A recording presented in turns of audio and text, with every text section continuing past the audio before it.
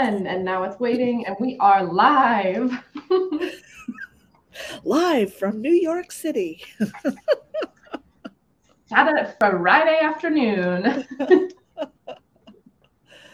Well, if you are joining in, my name is Hillary, and this is Susan, and we are going to get to know a little bit more about Susan today. So as we're talking, if you have any gently curious questions for her, please put them in the chat. I'll make probably some spaces while we're chatting so I can look at those questions. And if you see me looking over here, I'm glancing at our curious questions. I'm not ignoring you or working, which sometimes I'm guilty of, but I'm not doing it, I promise. I forgive you. Oh, thanks.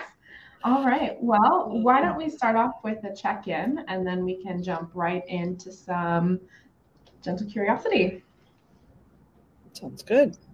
Good. Do you want to start, or would you like me to? Why don't you go ahead? Okay. So I am refreshed, curious, which is fun because I'm hosting a gentle curiosity, and really thankful. Rested. I don't know how many of y'all are praying for me to sleep, but I've been getting great sleep. I've been feeling it. So thank you. It's fantastic. Curious and thankful for this whole experiment. It's been really, really fun. And the big curiosity for right now for me is one of my friends, I say loose friends, I don't think we've ever actually met in person. It's an online friend, just released a podcast, and their teaser is like 10 minutes. And they talk about a reframe of what's in your head and what you see, like as a creator, like what you see in your head is always different than like what's in front of you.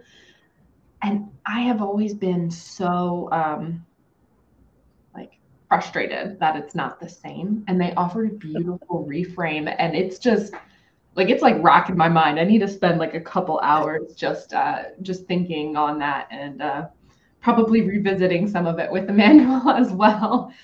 So very curious and thankful to be here with you.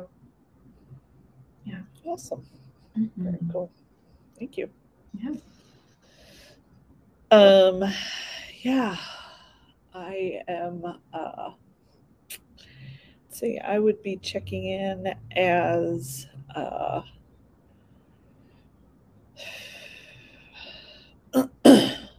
tender and sad and tired.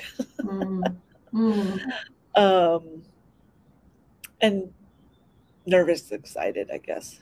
We need to come up with a word that fits both of those words. We like to use nervous-sided. Nervous-sided. I like it. I like it. That's perfect. And the we in there was me and the Daniels family. Okay. Awesome. Yeah, so tender and sad. Our little Boston Terrier / Frenchie broke out with a really bad allergic reaction this morning. We had to rush him to the vet, and the poor little guy is just, I mean, you can just tell he's miserable. His whole face is all puffy and red, and his whole underside is all red and scratched. No. And oh, the poor little guy. So we don't know if it's, if he's eaten something or if he got bit by something or what. So got him on some medications, but it just, I'm a dog mom, so that's my baby, and he's suffering. And so, yeah, so that was just hard, and I wasn't expecting to have to do that this morning. So that kind of just made everything a little crazy. That was this morning. Oh my God. That was this morning. Yeah. So is he still at the hospital? Is he in your lap right now? What's happening? No. So, the vet gave him a cortisol shot, and then sent us home with some antibiotic and some prednisone. And so he he's just resting at home. I am currently at the Texarkana College Library, so he's at home, hopefully just sleeping and taking it easy. He's got one of those big blow up donuts that go around his head. Oh, so he So I can't know he's move. not, yeah, so I know he's not happy, but Oh. hopefully that'll keep him from scratching and doing all that good stuff. So, um, so yeah, and then just tired. I don't know how you've done this, Hillary, because there's been a lot going on this week. Uh, and I haven't even done a quarter of everything that you've done. But just between this and our business, I've been very busy, and that's good. But it's also pretty tiring. It's very hot where we are, and so Joel is trying to do as many jobs very early in the morning as he Oh, can. wow. That's smart. So so it's good for the work, but it's really tough getting up that early every morning. I bet. Are you We've kind guys of gotten going out to of the sleep practice early of that. too to compensate or no? Yes, Yeah. trying to. So yeah, so Mm. yeah, and then just nervous, excited about the 67 experiment and all that is entailed in that. So I'm not doing all of the upfront stuff like Hillary, um, doing more back end stuff, and so um, I get to You're gonna see some have of the other a stuff. headache after this I ends. know, I'm just I know. gonna I'm not looking forward to pass that. on all that responsibility to you. Can't Yep, wait. I'll pick up the back end. so, Mm. so yeah, so I'm in. Well, I'm thank in. It's you. good. Thank you so much for sharing and being vulnerable with everything. Yeah. And this is like us to ask, and I know it's strange because you're in Texas and I'm in Baltimore. But is there anything you need today? Do I we don't think need so. a break? Do we need to just quiet? Should we end this live? Would you like stories, or should we just get on with it? I think I'm good. I've just been, kind of sitting, relaxing. I got here a little bit early so that I could Mm. just sit and relax and listen. Um, so just been kind of doing that, and so I'm Mm. feeling a little more rested. I have to say, it's really therapeutic for me to be in a library. Um, Mm. and I would have to blame this on my dad Ooh. because when I was little and he would take me on dates, we very frequently would go to the library because that's what Oh, he enjoyed doing. yeah. So, um, so yeah, so I've always kind of liked libraries.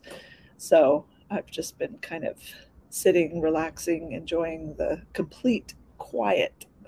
Mm. And the air So, conditioning, right? and yes, that is absolutely a good part of it. Yeah.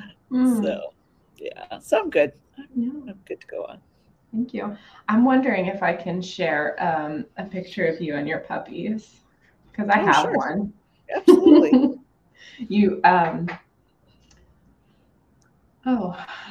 okay. I clicked on it and I got an error on my computer. So Uh-oh. that's fun. We're gonna try that again. In prepping for this experiment, we are also experimenting with having a Luke 10 Instagram. And our goal was to be posting everybody's gentle curiosity sessions and everything. And I haven't been able to keep up with it. So I didn't actually post this one, but I want everyone to see it anyway. Let's see here. Here is Susan's, and I'm going to share my screen momentarily. I I have one too think. if you can't get yours up. Oh, just share yours. Yours is way better because Okay. it's the full picture. Yeah. Let me go share screen. There it is. Can you see that? Oh, that's way better than the picture I have. Yes. So which one is Luke? So Luke is the one on the left of the screen, the little gray and white one.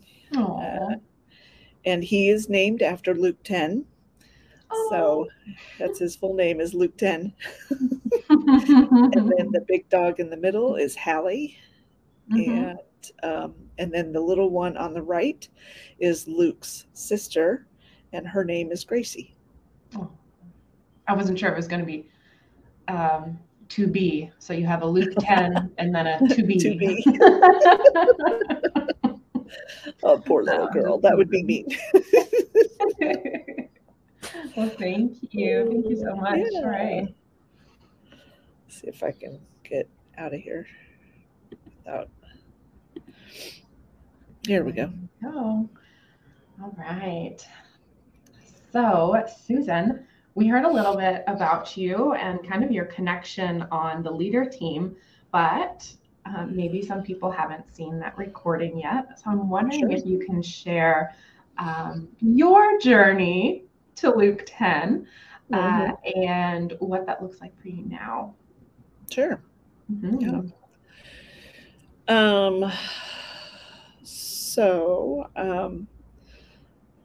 Most people know that I am John White's daughter.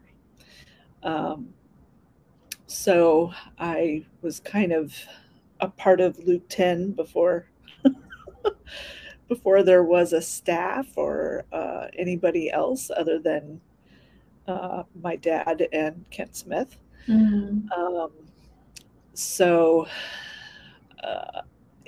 I was listening to my dad's Gentle Curiosity, and he was talking about the experience of being ekbaloed out of traditional church. And my husband and I were both there that day and experienced that as well. And so for the next several years after that, we kind of bounced back and forth, in terms of being a part of house church, doing traditional stuff kind of here and there. And I would quite frequently come over and help my dad with administrative things for Luke 10. So this was back in the days when he was doing everything by himself, and which is really funny to think about because, I mean, that included all the taxes, all the finances, all the everything. So my limited knowledge of administrative stuff, I was able to kind of come in and help him out with different things.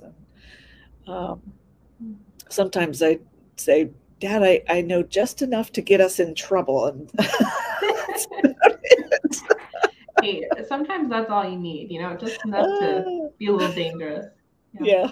I'm wondering if you and I haven't prepped you for this question, so it's okay if you can't think of it right away. I'm wondering if you remember the first time you checked in with John, that you guys kind of checked in together. Oh, wow.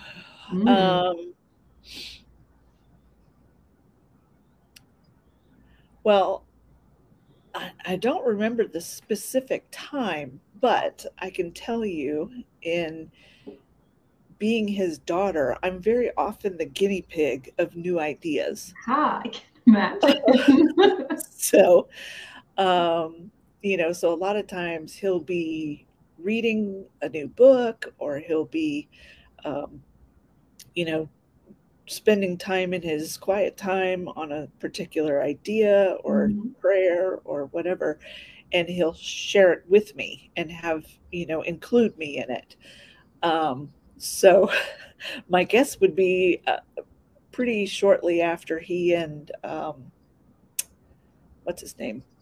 I just Ken? totally no, the Southern Baptist. Oh, his friend. I don't think he named him. We don't need to name him. Yeah. Got it. So that, they were the ones that started praying the Tend to Be prayer. Mm-hmm. And so it was probably pretty shortly after that Wow. we did that. So I'm sorry, am I being too loud? No, you're good. I just wanted to remind you that it's Friday, so we close at 4 on Friday. Yes, sir. Thank you. Apologize. Do they close early? Yes, on Fridays they close early, but they don't close till 4, so that's like an hour and a half still. Okay. So I panicked for a second because I'm in Eastern, and I was like, "Well, 4 is when we end. We should definitely get you out of there before that." Different time. We're good. It's great. So, so you've been checking in, and you kind of have experienced all of his experiments along the way. I'm wondering if you've noticed a change in how you check in, or in how, since you've experienced it for so long, like, has it grown? Has it changed? Were there periods of times where you didn't do it at all? Did you hate it? Like, what was that like? Sure. Yeah, I think,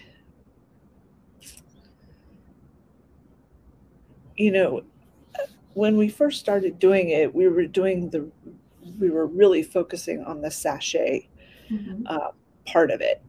And so I think I really enjoyed doing it.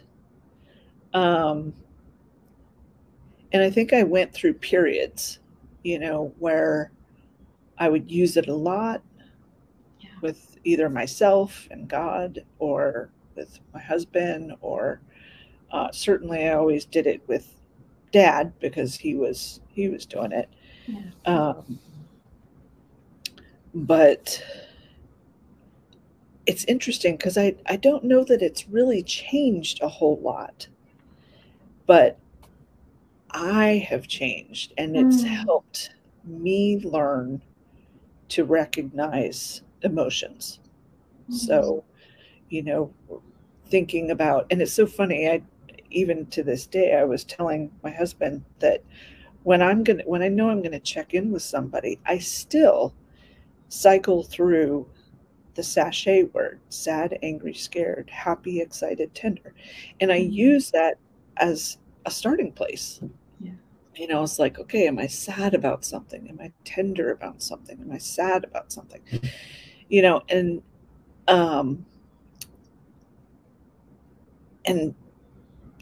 a lot of times I don't even use any of those words, but I use that as kind of a grounding, going, okay, stop and let's take an inventory. What's going on? How are we feeling? So it hasn't ever changed. I think I've changed. I've grown. And so I'm going to dig into that a little bit more.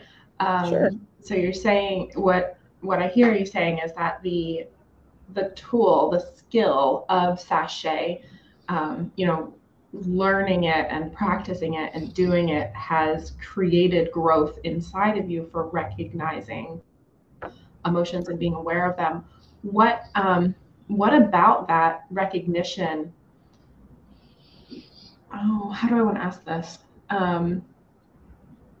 You're saying you're noticing a change in you. What if you can put that to words, like, other than just, oh, I recognize what I feel like, which is huge. A lot of people can't do that, and we need to teach that. But what, I don't know. Do you know what I'm trying to ask? Should I try to ask it? I think so. I think I get it. So one of the things that I've noticed, and I'm going to employ something else that we're working on right now, is discovering your attachment styles. And as I've been looking at that in my own life, I think I came to realize that there was a period of time in the middle that I was shut down emotionally. And it probably grew out of a necessity at one point of needing to shut down. But then a lot of times you get beyond the uh, the troubling circumstances that caused you to start that, Yeah. and you don't re-engage those You just stay in emotions. shutdown or survival Yeah, you mode. stay stuck. You used to have a counselor that said it's like you're wearing a life jacket, and when you first put it on, you need it because you're drowning. But as you get out of the water and you start moving forward, you don't need the jacket anymore. You're walking around with a life jacket on, and you don't need it. And so, sometime in the last probably 6 or 7 years, I started to, and it was just about the time that I really started using sachet, started to realize that I needed to let go of that shutdown style, and realize that I need a healthy attachment style, and that includes identifying and feeling all those emotions, and that it's safe and it's healthy to do that.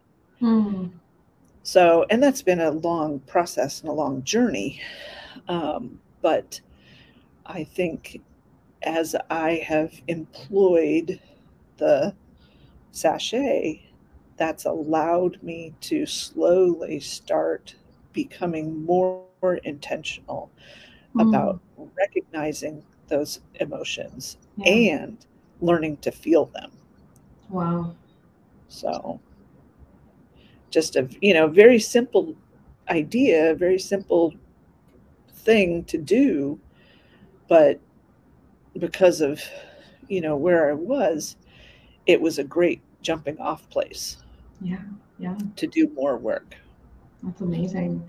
So I don't know if you've shared that story with many people before, but you're sharing it live now with tons of people. How does it feel to kind of recognize where you were and where you are now, and then just the appreciation really of your practice and your skill and your growth? What does talking about all this make you feel like?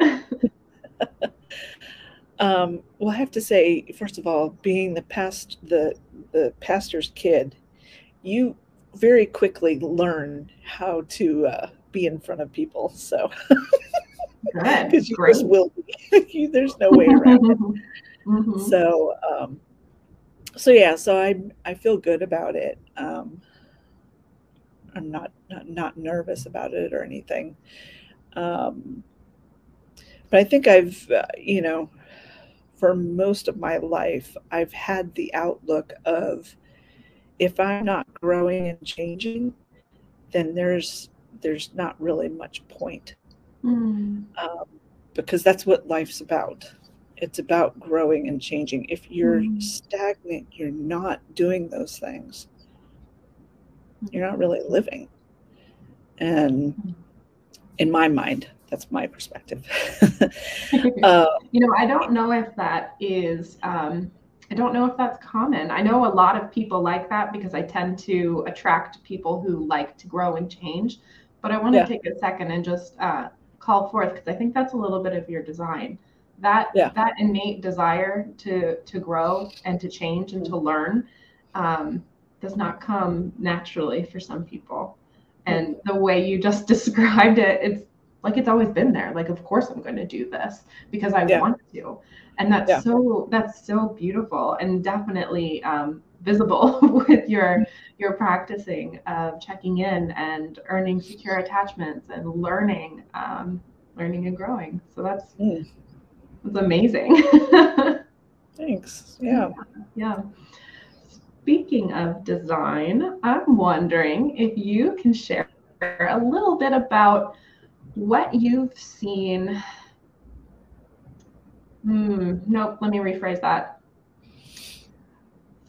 If you were listening to the last live session, our trainers were talking about a course called Your Unique Design, and it's all about figuring out and discovering and uncovering who we are all uniquely, not all, who we are uniquely created to be. We can have different uniqueness. And Susan has gone through the course and even has had coaching with on a different platform with a wonderful coach. And I'm wondering if you can share a little bit about your design and what makes Susan Susan, and what you're good at and what your uniqueness is. Yeah.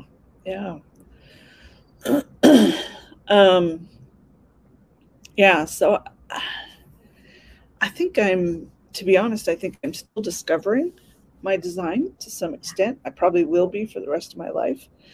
Look at that learner in her. Y'all see that? Growing and changing. And it's interesting because growing up, there was never anything that I wanted to be when I grew up. And I didn't finish college, which was, I'm probably the only person in our entire family that hasn't done that. But I am totally okay with that. So I have discovered that I have a lot of strengths in an administrative role, which is what I do a lot. Sometimes I enjoy it. Sometimes it's just something that I'm good at. It's not necessarily my heart. When I went through the other course, that's basically Your Unique Design is built off of this other course that I did. My number one top, what he called superpower, was serving. And the person that I was going through this with kept trying to nail down, well, what are you doing when you serve? He was trying to kind of bring it together and and get it package. Yeah. And I said, it doesn't matter. It doesn't matter what I'm doing. It's not what I'm doing that counts. It's the person that I'm doing it for. Yep. And so he had never had anybody that showed up that way in his test. And so that was my top superpower. My the top people group that I am drawn to work for, to work with, are friends and family. So again, at the time that I was doing this testing, I thought, well, okay, how am I going to work that into a job? We haven't even talked about what you do with Luke 10 yet. I know. We'll get there right after this. But it was funny. It was like I went through that whole program and I came out with all these things. And at the time where I was in my career, per se, I didn't see how in the world this was going to work. It was like, how am I going to be this person that we're seeing through these different, things that are coming out of this test in a job that's going to pay me? Wow. Because it was like, so you were confronted with the who you were and what really lights you up, and then you saw all that all together in one spot and said, is there who gets paid for this? is there somewhere I can fit in and be all me? This is like the the volunteer from, you know, the all they do is volunteer all the time, and I was like, well, that's really nice and that's really great information, but how do I turn that into a job? How do I get paid to volunteer? I know. So, so what do you do with Luke 10?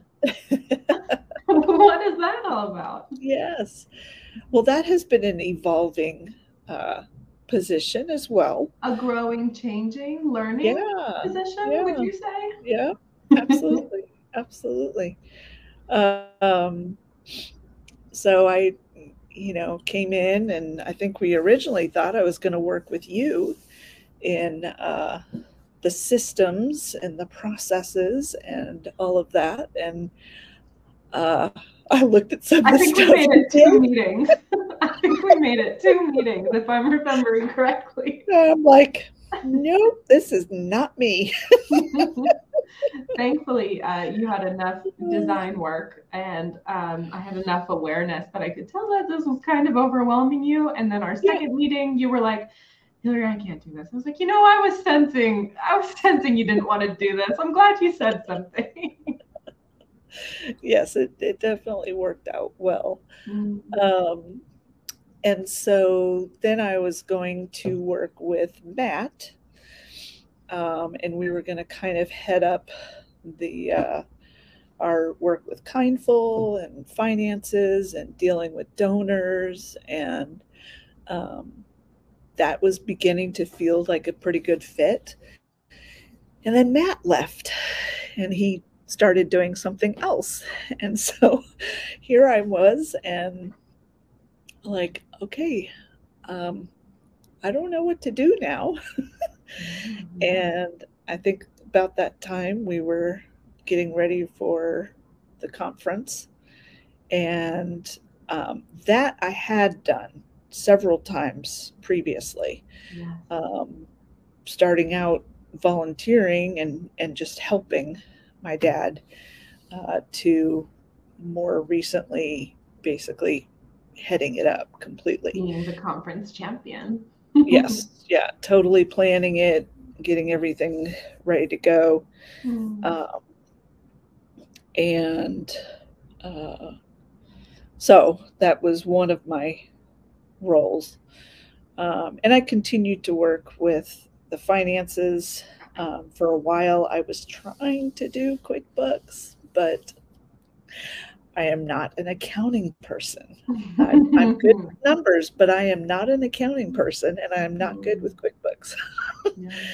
So again, we kind of came to the point where it was like, this is not a good fit. And if we want Luke 10 to be successful, we need to have a real bookkeeper. Imagine that. I know. So yeah. And so then kind of came up that my dad started asking me to help him with things. Of course, he's been asking me to do stuff for years. Not new, huh? No. But we started talking about the fact that maybe what I'm supposed to be doing is having, be his assistant and be officially in that role. So we're still working on that. He has a hard time letting everything go. No, not John. So we're still working on what that looks like. But I'm assisting him, and I think more recently it's been more of, again, this totally fits with my design, but being a part of the staff of Luke 10, and when someone speaks up and says, I'm really struggling, I need help, I need some extra hands, whatever, if I can, then I jump right in. Yeah. And that's where my heart is. It's like seeing somebody struggle, and let me jump in and help you. Tell me what you need. And I'll do the best I can to help you with it or to fix it or whatever. And you do. Me and Tony, I don't know. I feel like we've said this with you, around you, in one of our calls, but we love to have you in circles and on our teams, and we kind of named you our emotional support human, because we know that you've got our backs if we need it. And it's just so calming. Your presence is so calming and reassuring. Yes. Even just, having you on video calls is sometimes all the help we need, even though, you want to take something and just, let me do it. Or like, do you need help? And being so far is so hard to hand things to people, to physically hand things to people. But I have experienced your superpower of serving and support and helping, and it has been really calming and really just amazing. Everyone should have a Susan in their organization, but don't take our Susan, because she's ours. So. Well, and I have to say that in the last probably year or so, as we have started exploring the Enneagram, that has really given language to more of what I do. So I'm an Enneagram 2. Yeah.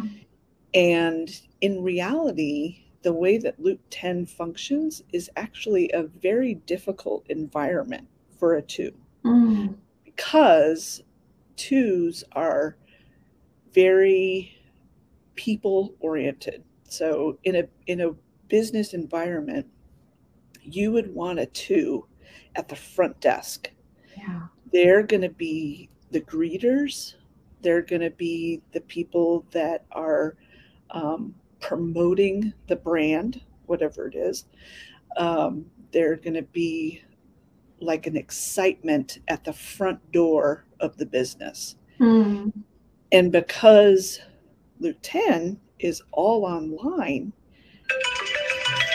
that's a really difficult place for a 2 to exist and do what they do. So, and that's a big, sorry, I need to turn this alarm off so it stops going off. That's a big reason why I connect so well with the conference, because it's all of this administrative work culminating in the opportunity for everybody to meet face to face and come together. And so that's like a 2's highlight right there, is when everybody comes together at the conference. So it's been interesting trying to figure out, okay, how does a 2 help an online company or business or ministry? How can the things that I'm good at and the strengths that I have, how can that benefit Luke 10? And we're still working on that. We're still discovering. Do you have an answer? We're still trying to figure that out. So you were saying that the Enneagram has given you language, and then beautifully summarized the 2, and then kind of what you're experiencing, your heart's desire to be in person and to do these things in person, and then the reality of being online. I'm wondering if, this year's the first you've thought about that or had words to describe it, or if that has kind of always been known but not recognized, because Luke has been around for a while, and you've been around with it. No, I think this is the first time that it's like a clarity, or been given the picture of, oh, this is why it's been hard for me to connect, or it's been hard for me to fit in. And so it's given verbiage and understanding to things that I have been feeling all along. I think this is why in the early years, Joel and I kind of went back and forth between doing house church and doing traditional church. And I think part of that had to do with the fact that as a two, I needed people. Yeah. I needed to be with people. And it was too hard with Luke 10 being online. I couldn't do anything with that. Yeah. Yeah. So it made sense. It brought clarity to it. It's like, oh, no wonder I've struggled with this. No wonder I feel this way. So thank you. Thanks for sharing. I can imagine that feels not only confirming, but also deeply grieving. Mm-hmm. I don't know. I don't want to put feelings in your mind, but that's what I'm imagining. Yeah, I mean, it's definitely been hard as Joel and I, and part of it's been our lifestyle, but we haven't had a local expression of Luke 10 since we left Colorado. And that's really hard because we're both extroverts. We're both people. Yeah, whatever you want to say that. So it's really hard not to have a local expression of Luke 10. Yeah. So, yeah. Thank you. So, were you able to watch Kent's Gentle Curiosity from the other day? I haven't seen all of it. Okay. All right. Don't worry about it. I'll preface it. He says something about how, when House Church started, the people just kind of lacked imagination on what House Church could actually look like. And I'm feeling prompted to ask and or maybe listen together. This is very weird. I normally don't do this. But I wonder if we're lacking imagination on what a two could look like in Luke 10. Because really, I might have blinders on, and maybe my imagination is only right here online. Yeah, I wonder what it would look like if we were to pray or to listen and ask, enlarge my imagination on how I can fit in with Luke 10. What does that sound like? Yeah, I think that's really good because I'm not the only two in the organization. Yeah. I mean, there are other twos out there, but if they don't have a local expression of Luke 10 either, what do they do? Yeah. How does that fit in with Luke 10 and what we do? And are there other numbers on the Enneagram that have a difficult time, fitting in or associating with how we do our practice? Online organization. Yeah. I'm very curious, and if you're listening, please let us know if that's you. I did just check our questions. We don't have any right now, but maybe you were waiting for a space to ask a question. So feel free to put a question in the chat box. We have about 15 minutes left. What do we want to do with that? Do we want to take some time to listen on that strange question? Or I can ask we can play a little game that Karine made for a little gentle curiosity. Or as we were talking, if there was a topic that you're like, no, I think I want to talk more about that, we can go into there. Well, I'd love to be able to tell people about our lifestyle right now. Oh, yeah. I think it's unique. and it's fun for people to, usually when I tell them about it, they're pretty interested. Yes, definitely. So where are you living right now? Why are you in a library? Why? Yes, why is the good word. So yeah, so in 2018, my mother passed away very suddenly and unexpectedly. She was very healthy. To this day, we're not 100% sure what happened, but she passed away, and over the next couple of years, my husband Joel and I began to realize that we lost opportunities to be with her. Yeah. There were many times where I could have gone to visit her, or we could have gone to see her. Where was she living, and where were you living at the time? At the time, we were in Colorado Springs, and she lived in Annapolis, Maryland. Oh. So,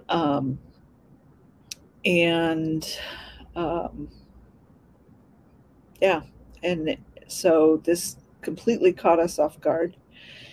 And so after she passed away, we made some pretty big changes. We moved from Colorado Springs to Georgia to be near my sister and her family, and did that for a couple of years, and then just started feeling like we did not want to miss any opportunities with other family members, namely our parents. Yeah.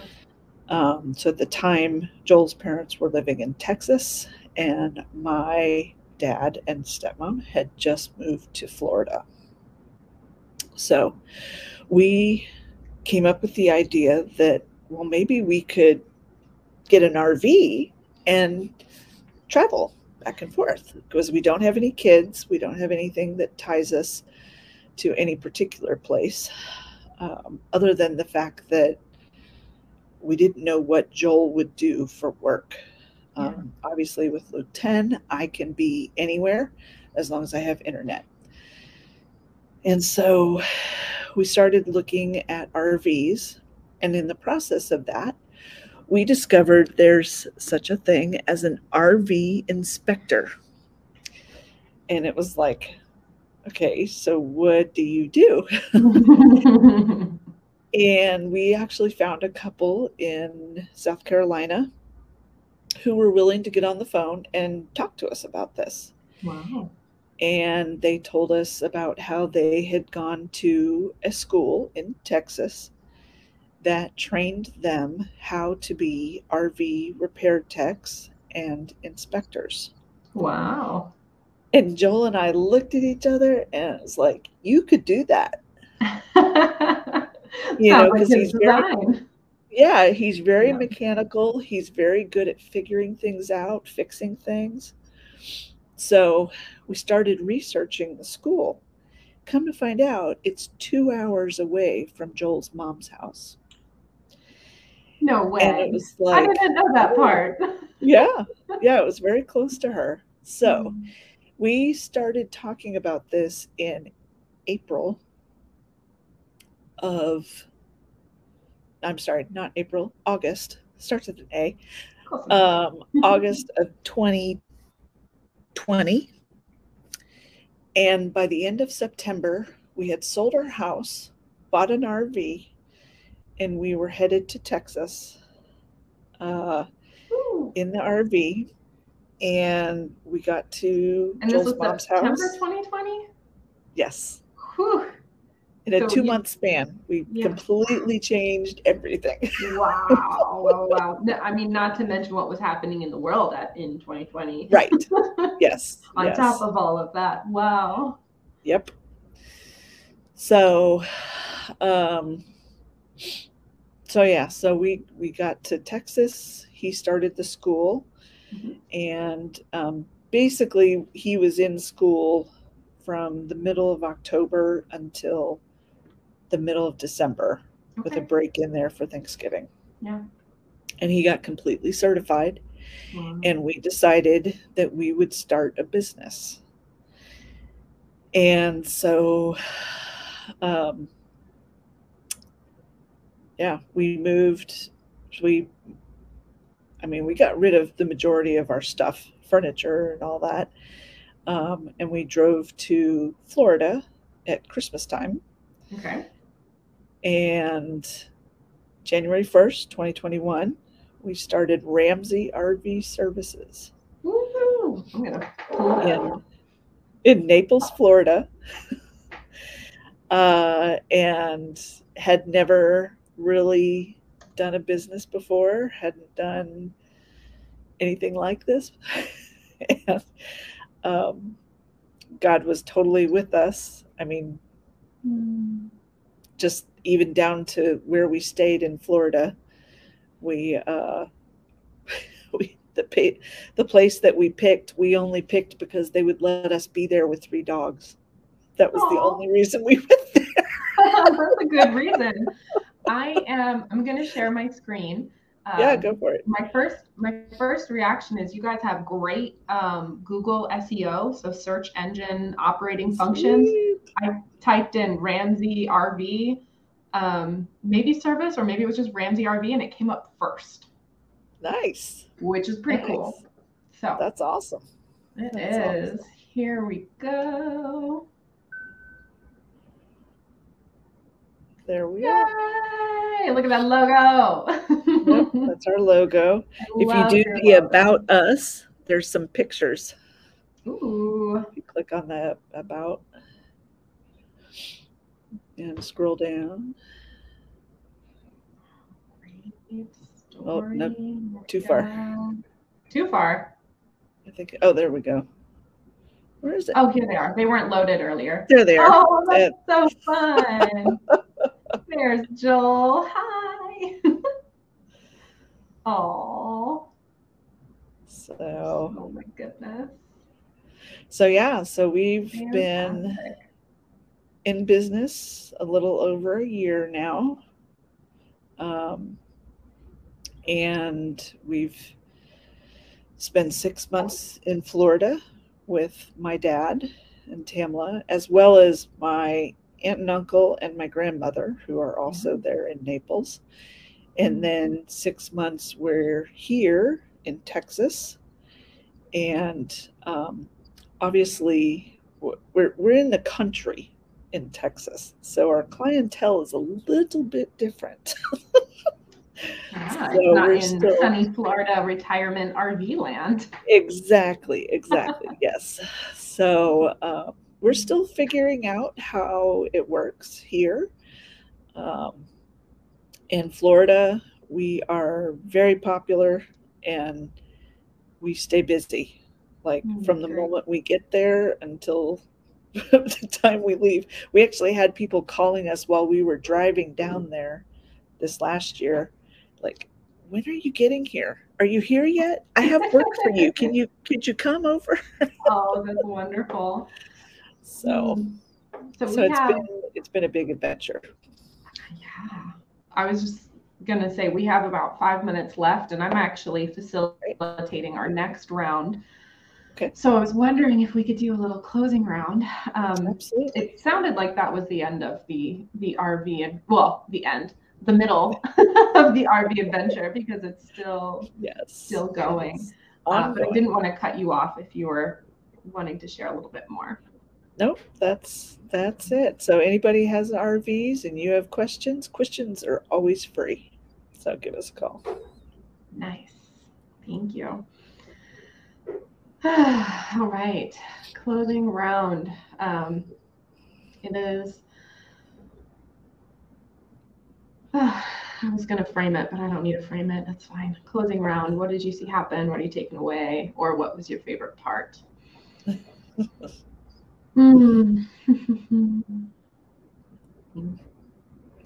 Well, I think I just appreciate you and your you've got great questions and you're very good at, what's the word we use? Educing.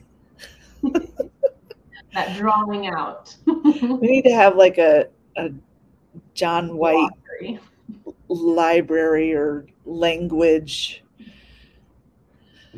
Yeah. He teaches us all these big words. But yeah, you just do a great job of educing and bringing out things, and I appreciate that. Appreciate what you do. So, thank you. thanks. I'm really like amazed, I think, and appreciative to have facilitated this with you. I don't know if you noticed, but I didn't do the gentle curious questions that John gave us, because all of them had to do about your journey to Luke 10. And I mean, that's fun and all, but I want to know more about Susan. And I just, I love what you shared, and it was a real joy to get to know you more. So, absolutely. Thank you. Yeah. Glad to do it. Great. All right. We are going to end this session. You can hang out in the backstage if you'd like. Okay. For those of you still watching, we will be on in like 3 minutes for happy hour or communion. We're just going to chat and hang out. And if you want a glass of water, of grape juice, of wine, of kombucha, or beer, you're welcome to bring that. But we're just going to have some fun together. Nothing really structured, nothing really work. So I'll start that momentarily.